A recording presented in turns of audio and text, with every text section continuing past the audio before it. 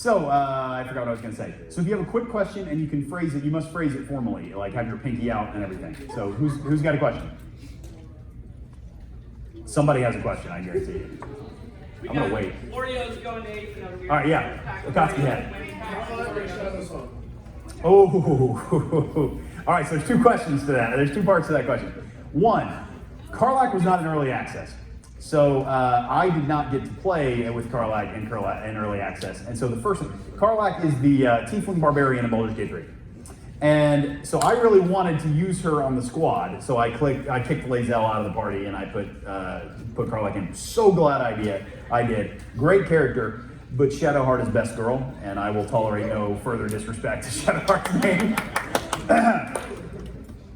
I'm now recorded doing that. It's going to live on YouTube forever.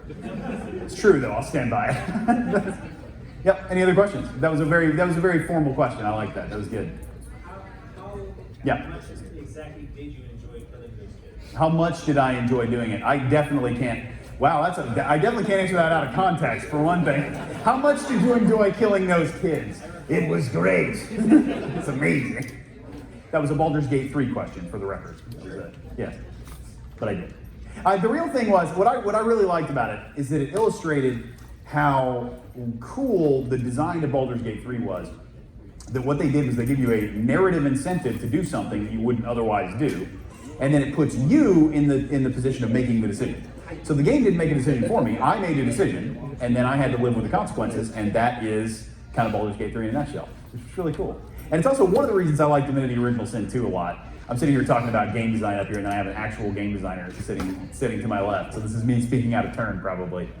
But one of the reasons I love Divinity Original Sin 2 so much is that not just the tactical combat, but it makes you feel like your choices matter in and out of combat. Oh, is it not on? Now it is. Now it's on. You should really write lit RPGs so that you can more directly address this to me. Oh, that's a good point. Yeah, I feel like anything I say is going to be on the record now. So I would love to write a video game inspired series one day. I don't know if it would necessarily be lit RPG, but it'd be cool because I love video games and I love fantasy novels. So I appreciate you letting me box you in. that's right. Yeah, I allow it when it's Travis. He's allowed to box me in. That's fine. So are we? What's the? Oh, great. Yeah, I think it's about time. Yeah. All right. So first of all, hi everyone. This is the official greeting. Hi. Yeah. For those of you I haven't met yet, I'm Will Wight, and this is Travis Baldree. Theoretically, yeah.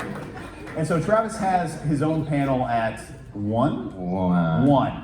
So he's going to be leaving here in about an hour to go over to his panel. And if anybody is interested in going and seeing that panel at 1, I would encourage you to do so. It's just a signing, but Jim Butcher will be there, so it's a signing, and Jim you can Butcher go do that. So I might also skip out. I'm just kidding. I gotta do this. But I would be going there if I were you guys.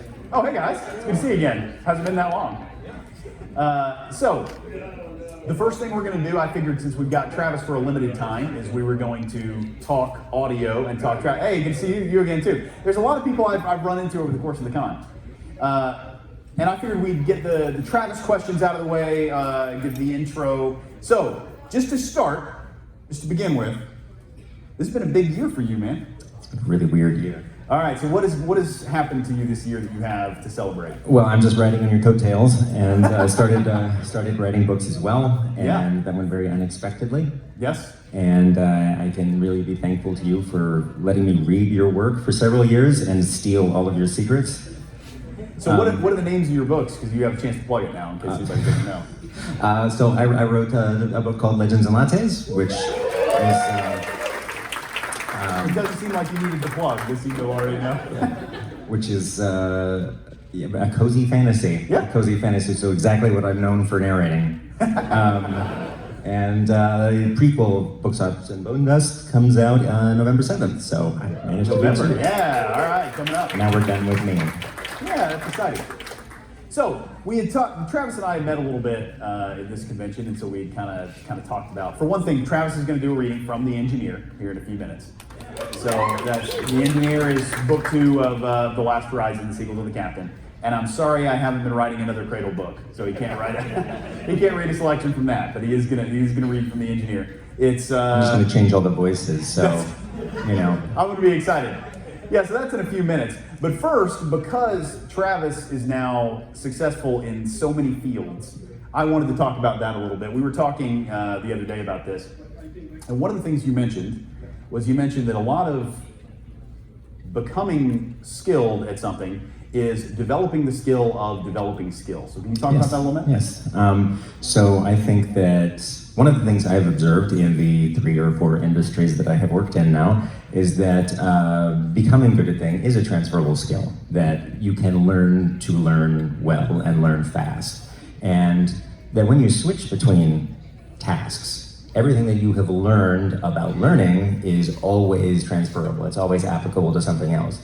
And what we were talking about was kind of the idea of like discernment and taste as part of that. And becoming good at something is largely about developing that sense of taste and that ability to identify what works, what doesn't, and what you might try to resolve those issues if they arise, and then attempt the thing again, and then evaluate and say, yes, this is achieving what I wanted to achieve, which is a hard skill to teach people to do.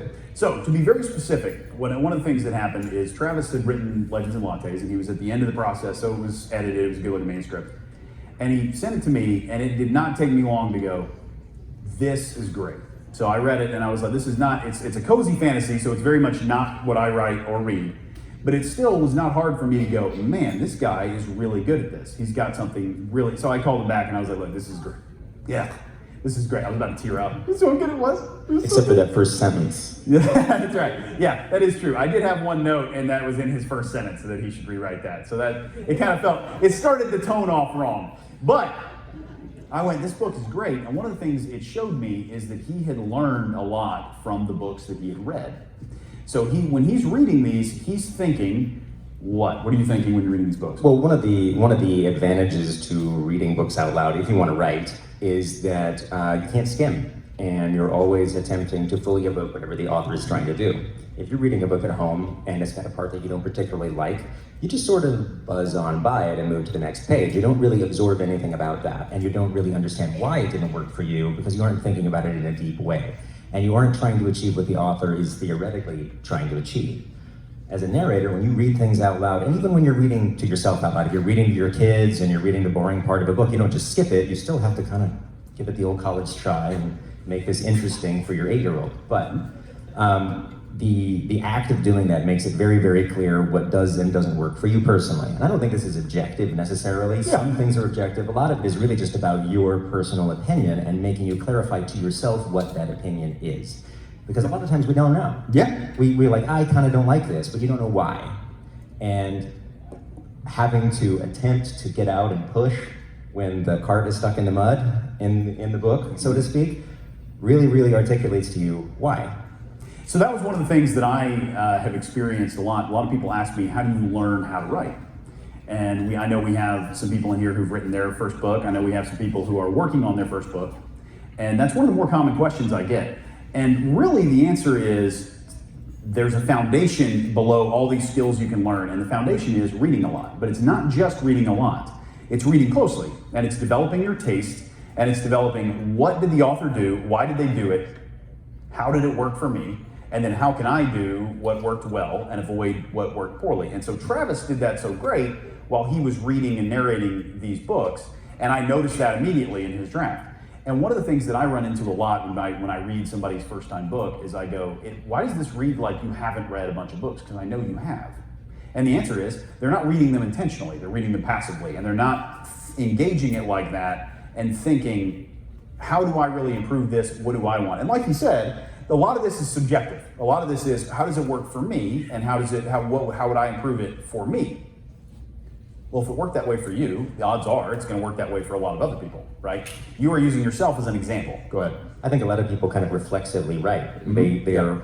They're not necessarily intentionally putting these words on the page. They're doing it because it's almost like we're all like ChatGPT and we're just kind of like auto-filling what needs to come next. Well, I wrote this is clearly what comes afterward because I heard this somewhere else. Yep. Clearly this person will release a breath they didn't know they were holding. I didn't even know my character was going to do that, but it feels like the right thing to put in here right now because I heard that one time.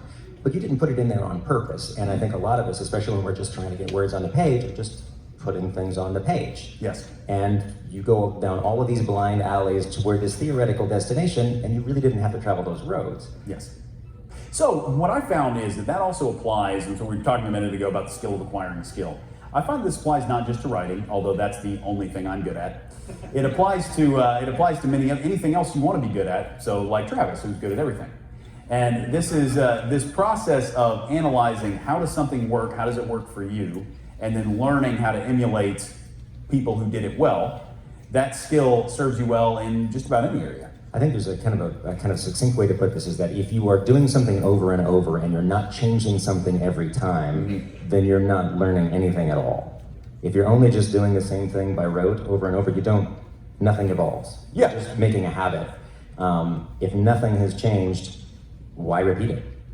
And the way we often say it is we talk about purpose, target group, strategy. We talk about refining things based on purpose, why you're doing something, target group, who you're doing it for, and the strategy is, what is your strategy for reaching your target group for that purpose? And as long as you're refining that and pushing toward an objective, it's doing things on purpose that I think is a big key to this. Yeah. Yep. So what are the other keys? So one of the things we talked about is how do you get words on page? How do you get a book out?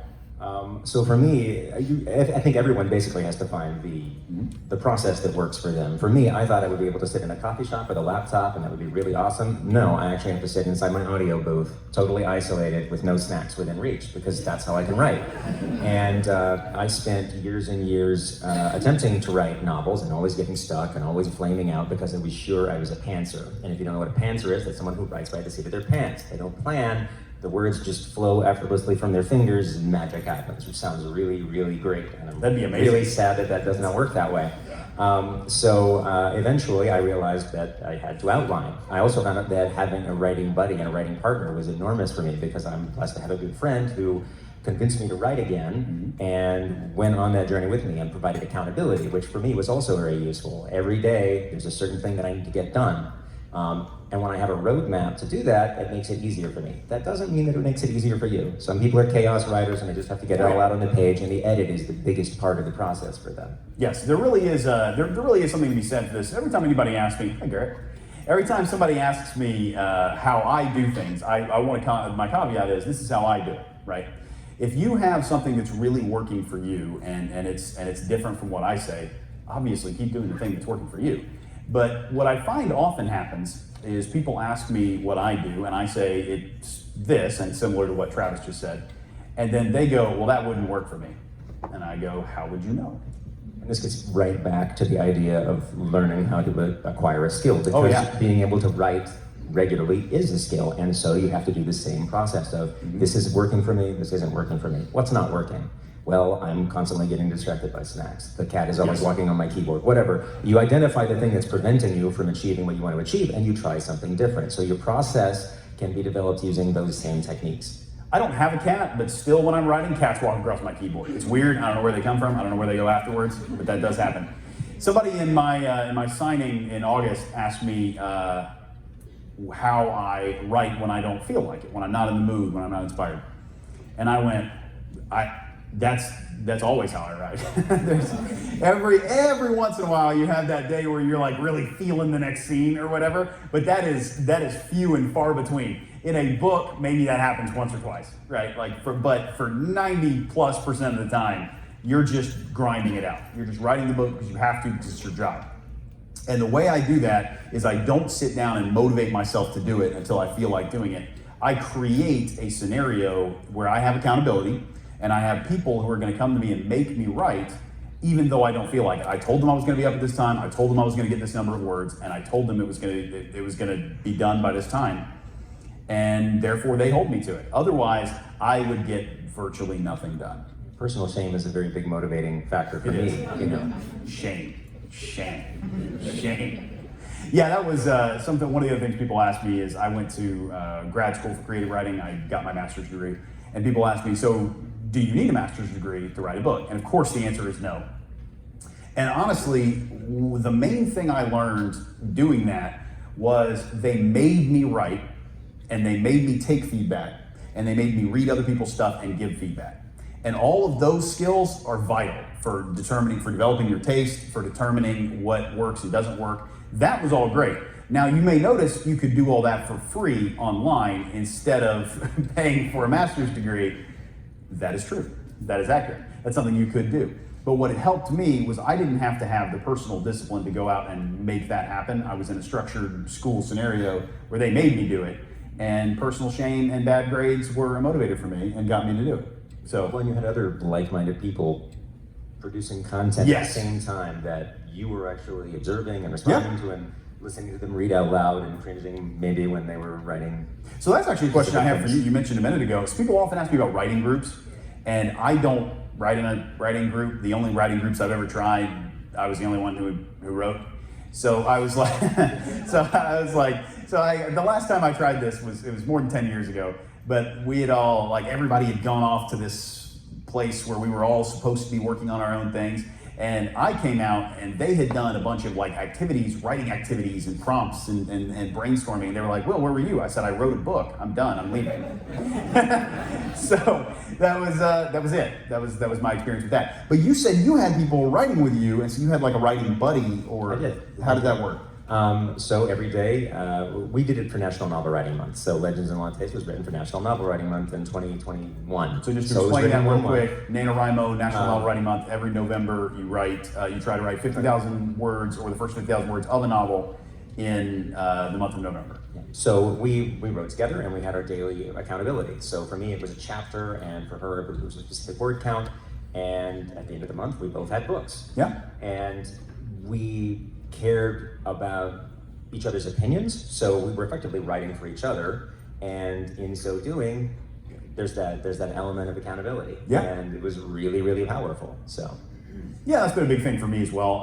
Not NaNoWriMo. I actually used to do NaNoWriMo, and when I did it, I would almost always have a novel that had gone completely off the rails, and then I stopped. And that is the number one thing I tell people not to do now, is like, don't get halfway through a novel and stop. Finish the story. You got to get to the end of the story, which is what he did. What was the final word count on Legend? It was 62. Yeah, I didn't think it was very long. Yeah, it's not terribly long. Yeah. This is also a realization that I've had. If you want to write, it doesn't have to be the biggest, best thing in the world.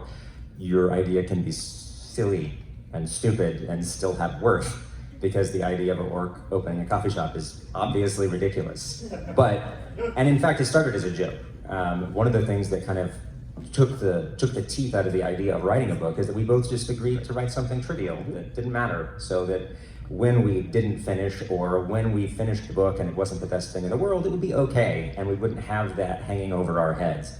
Because every time I ever tried to write a book before, it had to be the great American novel. And now I'm going to shut up because Rebecca's saying it. Rebecca's here. My glare really intimidates people. This is my sister, Rebecca. Hi, Rebecca. I'm your sister. We have a lot of people still coming in. You guys are awesome. Thanks for being here. So if you guys could Oh my God, it's squeeze Zio into and the row. Mercy. But look at Zio and Mercy. Yeah. So maybe if you guys could squeeze into the middle of the row so that the people coming in will have a spot to sit, we'd really appreciate it. Thank you. Now I'm done interrupting. Go, Travis. I don't know where we were, because I got. I was saying that if you basically take the pressure off of yourself to write the best thing in the world. Yes. Because something doesn't have to be big and complicated to be of worth. And one of the examples I like to use is Tetris. Oh, because when people come to me as a game developer and talk about wanting to make their first game, they always want to make I want to make an MMO that's also Grand Theft Auto, and it's in space, and it has 20 different endings, and it has a morality system. You should make Tetris. And the reason is, one, Tetris is an incredible game. There is nobody in this room who has not heard of Tetris. Tetris is a game that the first project you ever do as a programmer you can complete. It's that simple, but it still has worth. It's not worthless because it's simple. It's not worthless because it's small or conceivable. It has plenty of worth, so you don't have to make the biggest thing ever as your first project. Do something that you can hold fully in your brain and complete it, and then be done. And then evaluate what you think of it. I can't emphasize that enough. One of the things I used to tell people about House of Blades is I didn't pick the idea that I liked the best, I picked the idea I thought I could finish. So, and I very much encourage people to do that if you're working on your first novel, or really even if you're further into your authorial career, because you've really got to get something done, and stalling out in the middle is how you lose momentum. But the funniest thing is, I've also had a lot of people pitch me games, And every time they're pitching me Skyrim, but more in depth. And I'm like, don't do that. Pitch me Tetris. Like, you really you wanted me to, you're like, oh, Will, what do you think about this idea? And I'm going, I think it ought to be 1% of what you just pitched me. And it's just funny that that's the same thing in writing and in games, and that's a common thing. People want to write the novel that's been on their hearts for 10 years.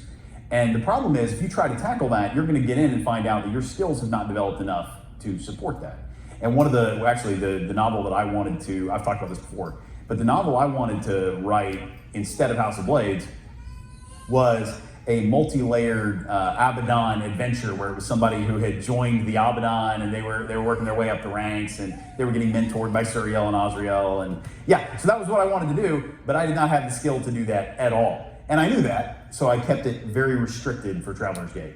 And see, I should have carried this lesson forward when I tried to write my second book, which was going to be a basically cozy fantasy mystery. It was basically fantasy murder, she wrote. Nice. Basically, yeah, that's awesome. Which I was super hot on the idea. I thought it was a great idea. And the book I wrote is not that. Because it turns out I can't write a mystery yet. Maybe it's because I actually don't care about mysteries that much. I just like Jessica Fletcher. So I was not ready to write that book. And so I had to cast about and try a bunch of different things until I found the thing that I could write. And it was okay to put that by the wayside. I wasn't ready yet.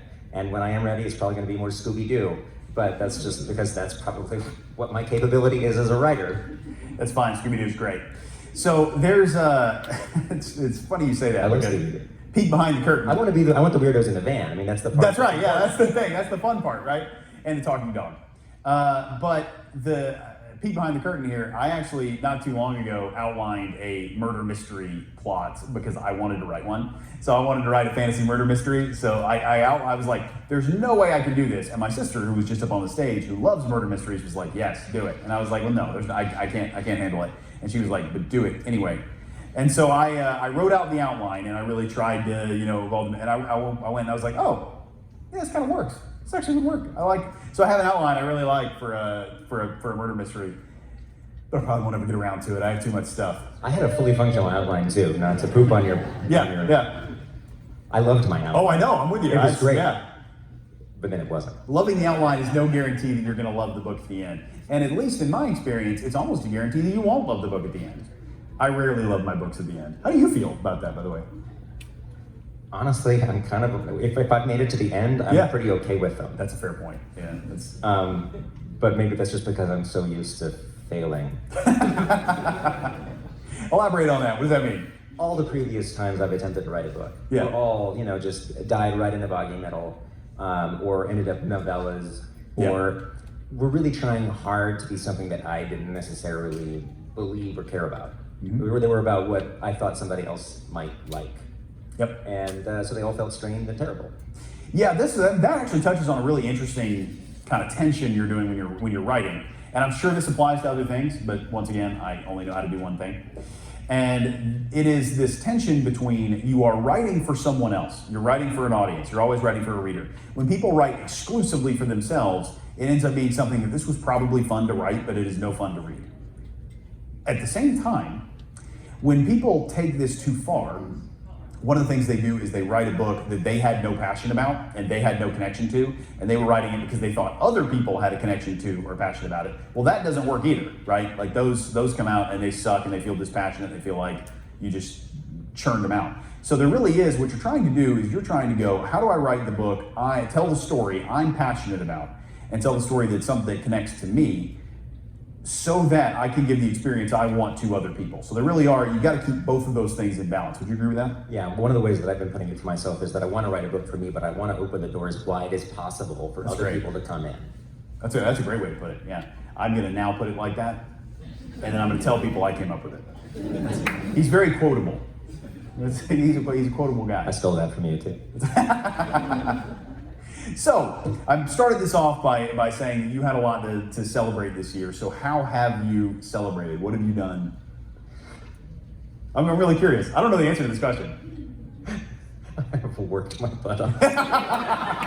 So one of the things that happens if you're an audiobook narrator and you're scheduled for multiple years, and then all of a sudden you need to write some books, Yeah. is that no new time magically appears on the calendar. That's crazy. It's crazy how that happens. This is my celebration.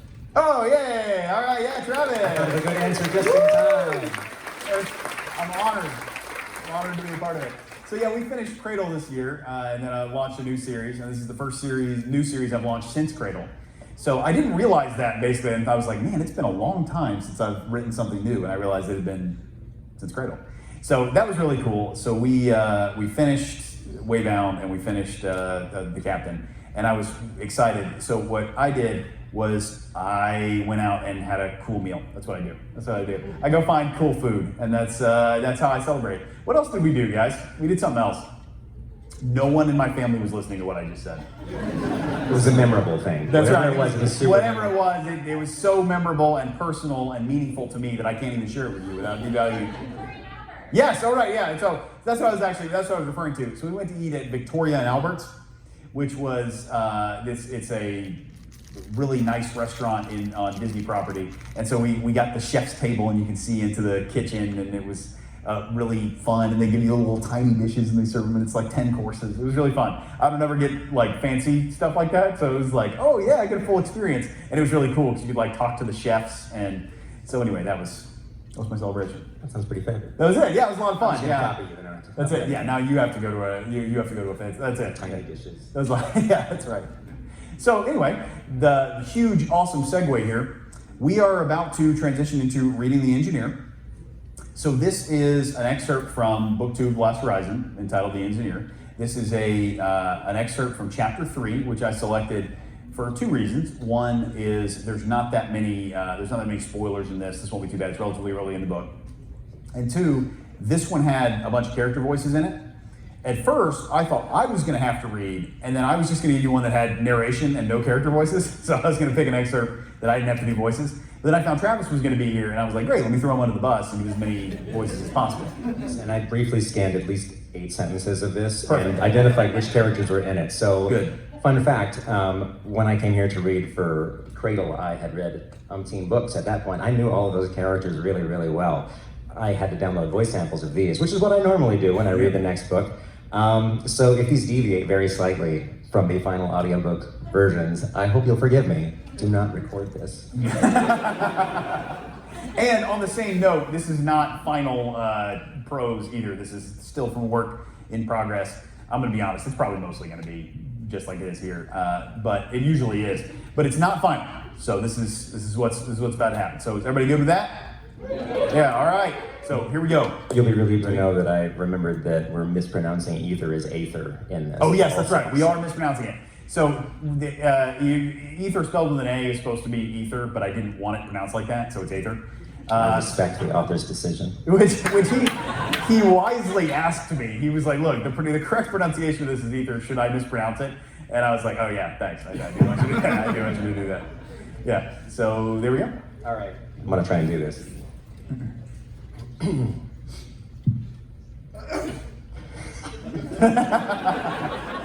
There's something weird about doing this on a laptop. I don't know what it is. It's definitely infinitely more comfortable than last time where I had a phone like this, but This is product placement for Apple. yeah.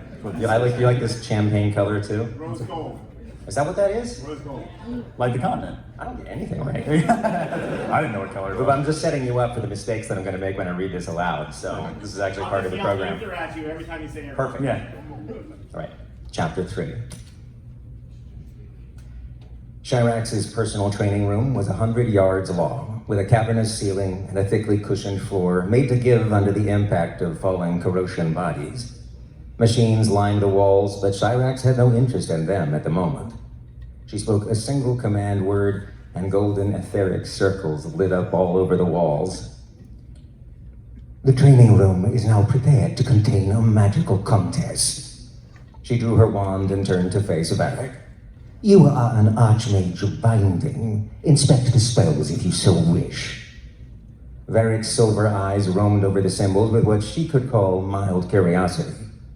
My compliments to the designer of your warding spells. Malarius whispered to Chirax from the ring in which he was sealed. Even with his defenses weakened, he will be a defensive specialist. It will send the strongest message to the starship if you overwhelm his shields. Varric hadn't drawn his wand, so Shirax kept hers pointed down. Just an exhibition, isn't it? He asked. If the last horizon sees our abilities and judges one of us superior, I will be satisfied. As will I. Varric glanced over. Don't, Varric. Damn it, I already messed up. As will I. Varric glanced over to the sidelines, where wary Corrosion soldiers kept weapons ready to train on the intruders. Shirax still wore her armor. If armed strangers hadn't been watching her, she might have removed it for the duel, but she wasn't foolish enough to expose herself to assassination. She kept a sharp eye on Varric's exchange, looking for any signs that he intended to cheat. Don't interfere, Varric warned his crew members. Sola didn't respond, but Ryan clapped a fist to his chest. Never! I'm not kidding, stay there. I wouldn't interfere in a sacred duel. Varric didn't look reassured, but he turned back to Shirax and extended a hand. You first, Your Highness. That pride would be his undoing. Shirax spoke a word that conjured the majesty of the solar dragons. Gold light shone from the end of her wand. A roar echoed through the training room, and illusory wings flared out from behind her. Varric's makeshift mantle fluttered in the wind, but he showed no signs of chanting. He watched her calmly, so she continued speaking her incantation. With every syllable, her spell grew stronger. The power of dragons built to a crescendo until it seemed the dragon made of plasma was crouched before her wand. Sparks flew from around her, and magical symbols lit up around the floor, dispersing the heat and preventing her from melting her floor. I don't know how good he really is, Malarius muttered. but he certainly thinks he's good. Varric still hadn't reached for his wand. Shirax unleashed her spell. A dragon conjured from the aether shot from her wand like a slice of starfire, sending off waves of hot air. Varric slapped it apart. With one gesture and a single word, he splattered the dragon to golden light. Shirax controlled her astonishment, revealing nothing on the outside. Inwardly, she examined the trick. He must have known my magic ahead of time, She mused. Malarius stuttered as he replied, That's it. I'm certain. Clever of him to prepare binding magic for your spell in advance. Clever and skilled to both craft a countermeasure and execute it with split-second timing. Shirax folded her arms. You've done well. Now, it's your turn. Varric nodded. As you suspected, I was aware of your spell. To even the odds, I'll give you a chance to observe my spell as closely as I cast. There was the heroic spirit the last horizon must have seen in him. If he was skilled enough to match her in magic, she would keep him on as a mage. Varric raised his hand, not his wand, and traced a simple symbol. The aether trembled. All over the room, the protective magic circle stuttered slightly like faulty clockwork. Those in the room who didn't practice magic seemed not to notice, but Malarius drew in a long breath. Shirax's eyes widened further than they had when he dispersed her spell. He had layered so much meaning into one simple gesture that it rivaled a full spell. Was this the power of Varric's basic etheric control? Varric spoke one word, beginning an incantation. Etheric symbols appeared and disappeared in the corner of the room like sparks. Shirax had never heard the incantation he was invoking, but she knew its meaning nonetheless. It meant to be locked away, perhaps to be sealed eternally. Silver eyes now appeared to her like twin blades, ready to split her in half. Shirax raised her wand again on sheer instinct, pulling up defensive spells, but abruptly the flow of the aether returned to normal. Varric lowered his hand and stopped chanting. The magic circles on the walls returned to their healthy spin, and an indefinable pressure lifted. Summon me, Malarius said urgently. I need to see him with my own eyes. I can't imagine what he is unless perhaps one of the progenitor Aethel has taken a human form, or he could be possessed by a world spirit. Varric looked to Shirax's side. By all means, look for yourself. Shirax straightened. Of all the things Varric had done, this caught her attention the most. No one had noticed Malarius before he had chosen to manifest. No one except one of the so-called perfected. Mist swirled out of Shirax's ring, forming into an elderly, bearded human. The ancient archmage Malarius bowed to Varric. My apologies, young one. I am Archmage Malarius, advisor to Queen Syrax. I do not intend to spy, but I am most intrigued. If you don't mind. Varric spread his hands. I'm an open book. Malarius spoke a word, and magic symbols flashed around his eyes. He was the archmage of a magic that allowed him to interact with the etheric structure of sentient beings, what many would call the soul. This magic had allowed him to bind a copy of his consciousness to an artifact, to preserve his wisdom beyond the grave. It also allowed him to see into the nature of people. He would be able to see the origin of Varric Valinar's magic. The ghost gave a startled shriek. Magic circles around his eyes flickered and vanished, but he still shuddered as he looked at Varric. How many of you are there? 7, Varric said. Explain, Syrax commanded. You cannot defeat this man in a contest of magic. No mortal can. He has seen into the Aether, and it has chosen him. For the first time since Syrax had known him, Malarius sounded in awe. I would beg the opportunity to learn from this man, Your Highness. If we have time, Varric responded. Syrax slammed her wand back into her belt. So, I am not your equal in magic. She dipped her head and bowed to him. Thank you for the instruction. I concede the match for the last horizon and apologize for the disrespect. Syrax looked eagerly to the other 2 members of the last horizon. Did you defeat them as well? The Visiri raised a red hand. He defeated me. I almost got him in a draw. I don't see why we would choose crew positions on single combat, Sola said. Merely a means of demonstrating our mastery, Syrax said. Naturally, the Zenith Starship wishes to know if we have the stuff of heroes, as do I. Ryan Wraith, would you do me the honor? Ryan folded his arms with a triumphant look on his face. No, I swore I would not interfere. You can take this one, Ryan, Varric said. But your duel isn't finished. Syrax wondered if Ryan did not feel the duel had been appropriately decisive. I am satisfied with my defeat. Captain Varric has proven his mastery. Ryan's 3 eyes were blank. You didn't do anything, though. Varric held up a hand. It's a courtesy among wizards, Ryan. When our magic connected, she could feel my sincere heart. Oh, of course. I'm sorry. In that case, I would be delighted to be the next to introduce myself. Syrax looked to Varric in confusion, but he gave her a gesture that said not to worry about it. Ryan walked up next, pulling a force blade from his belt. You know a combat art, don't you? I am the 9th generation master of the Imperial execution style. An aura of red light spread over Ryan as he released his internal energy, lifting his white hair. I am proud to present the dance of a burning world. Varric muttered incantations, flinging protective seals around the room.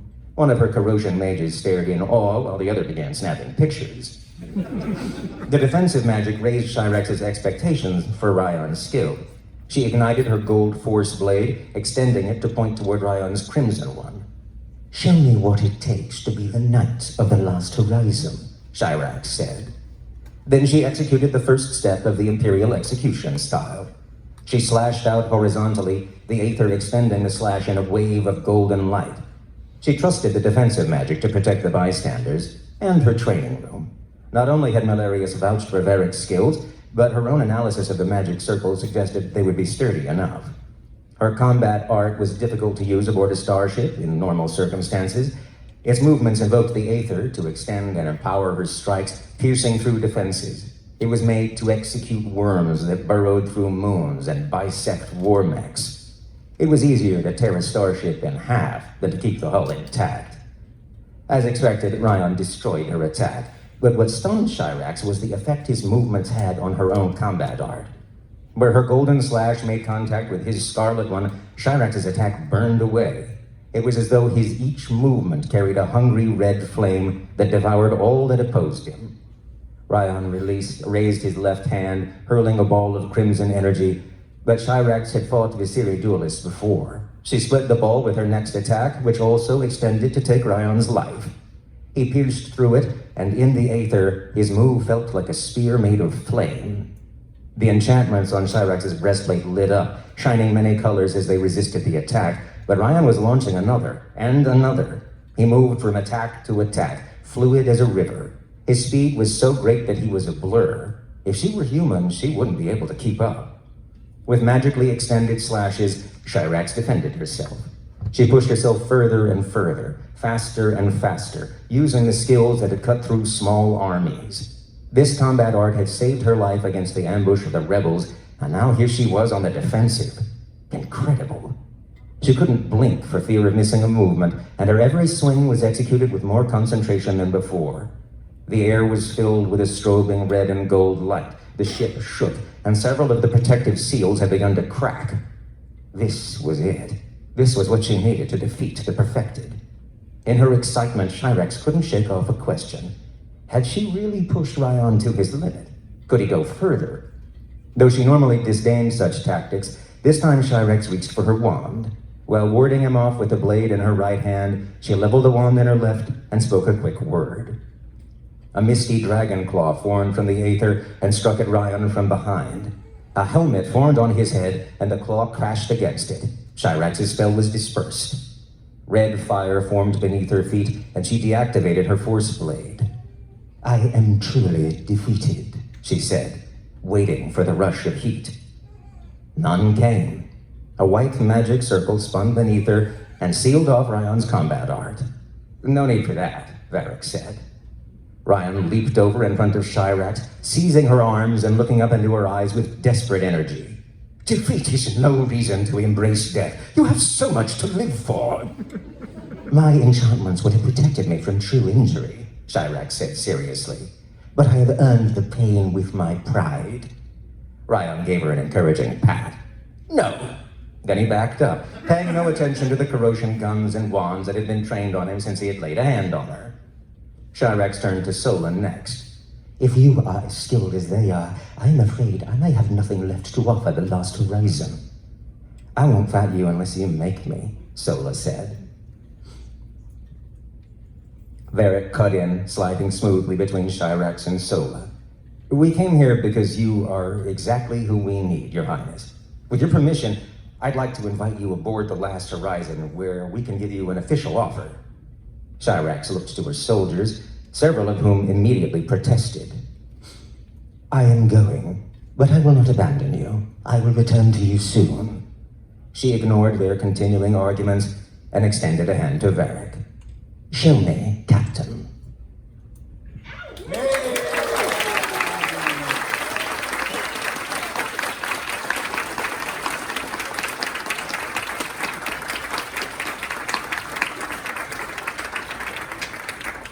Way to go, man. Not too many pickups. Yeah, not so bad. Yeah, that was good.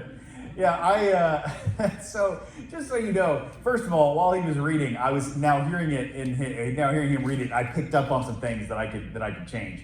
So I was sitting there taking notes on my phone as he was talking, because so here's an example. Just give you something very specific. When Ryan and Chirax first begin to fight, the movements are a little unclear at the beginning. So I thought I could, clarify that. I could smooth out the line a little bit. So there are a few little things like that. And I was taking notes. But it's cool to see this because, I wrote this scene, and then now hearing Travis bring it to life, it's neat. Yeah. The best part of being a narrator is you get kind of like the coolest version of the book. Yeah. Or everybody else. Yeah. So it was fun. So Travis, thanks a lot, man. Really Thank appreciate it. you so much. So yeah.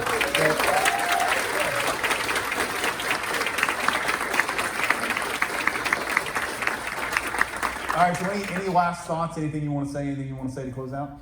Love you all. Thank you so much. I would not be here without Cradle. I'm grateful to all of you, grateful to Will and his entire family. You're all fabulous. Thank you. Love you too. Yep. So, Travis, I just got to say, I've said this many times before, but it is awesome working with Travis. We picked him blind because we just loved his read. We loved his voice. And then we ended up working with him, and we were like, dude, we say all the time, you could not work with anybody who's better to work with than Travis. So he is just the man, and it's an honor to have him up here. So thanks, man. Thanks for taking the time. It's like I'm going to give you the $5 that I owe you for saying that. All right, so what's next on the agenda, Rebecca?